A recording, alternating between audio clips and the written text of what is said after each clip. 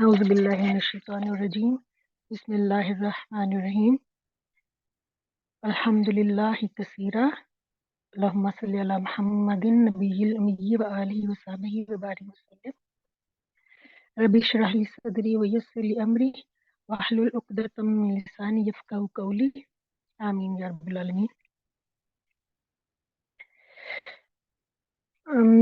We ask Allah subhanahu wa ta'ala to bless this gathering. We ask Allah subhanahu wa ta'ala to help us to learn Seerah of Muhammad sallallahu alaihi wasallam.